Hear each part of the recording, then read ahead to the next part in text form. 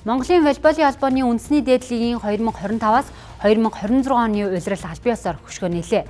Энэ улиралд эрэгтэй эмэгтэй тус бүр 8 баг оролцохоор болсон юм. Мөн эрэгтэй баг талбайд 2, эмэгтэй баг 3 хүртэлх гадаа тоглогч гаргаж болно гэж дүрмдээ тусгажээ. 30 жилийн ойтойгоо залгасан дээд лигт энэ жил эрэгтэй эмэгтэй тус бүр 8 баг цомын төлөө өрсөлдөнө. Мөн 30 дахь улирлын дээд лигт Америкийн нэгдсэн улс, Венесуэл, Япон, Иран, Пакистан, Куб, Бразил, Орос улбаны улс, Украин зэрэг орны 30 гаруй лиг оноор оролцож байна.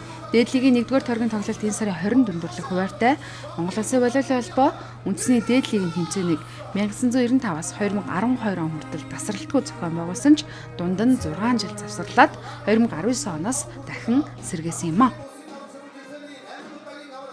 Түрүү жилийн лигээр бол эмэгтэй 9, эрэгтэй 7 байсан.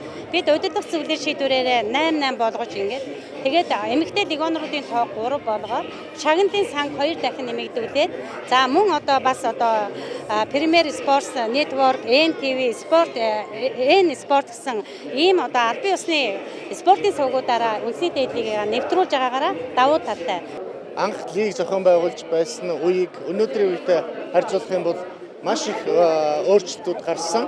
За үүний нэг тод жишээ нь тухайн үед бид нэр одоо юу гэдэг 50 сая төгрөгөөр лиг зохион байгуулдаг байсан бол өнөөдөр манай волейболын лиг маань ойролцоогоор миний ойролцоо бодож байгаа тоогоор 50 тэрбумын үн цэн бүхий волейболын лиг болсон байна.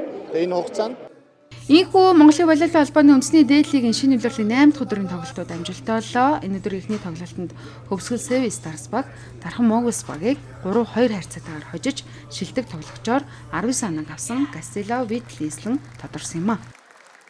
Нэлээд сайн легондрууд ирсэн байна. Тэгээд гал гарсан тоглолтууд бас гарч ийн эхний тойрог гэхэд манай багийн хувьд өмнөх жилийнхээ бүрдгүүнээс нэг 3-4 тамирчин байхгүй байгаа. Тэгээд шинжилгээгээ дахиад гаднаас өөр төрлийн одоо өөр репорт авч авчихсан. Одоо гаднаас Монгол тоглогчдоос нэг тамирчин нэмж авсан юм л. Гол нь одоо волейболын бүх нийтийн спорт оролцогчдын тоог нэмэгдүүлэх, Монголын тамирчдын олон улсад гарах амжилтыг нэмэгдүүлэх, мөн одоо Монголд бас олон улсын тэмцээнүүд зохион байгуулах энэ бүх боломжуудыг бүрдүүлнэ гэж ингэж харж байна. Монголын волейболын холбооны үндэсний дээд лигийн ерөнхий ивент тэтгэгчдэр хөгжил дэвшлиг хамтдаа бүтээх оюутлага компани, оюуныг гэрэлтүүлэн Дидиш, таны санхүүгийн хэрэглэг зогсоохгүй сон, залуус зориулсан өрн холбооны үйлчилгээ Токи Mobile 55 зэрэг байгууллагууд хамтран ажиллаж байна.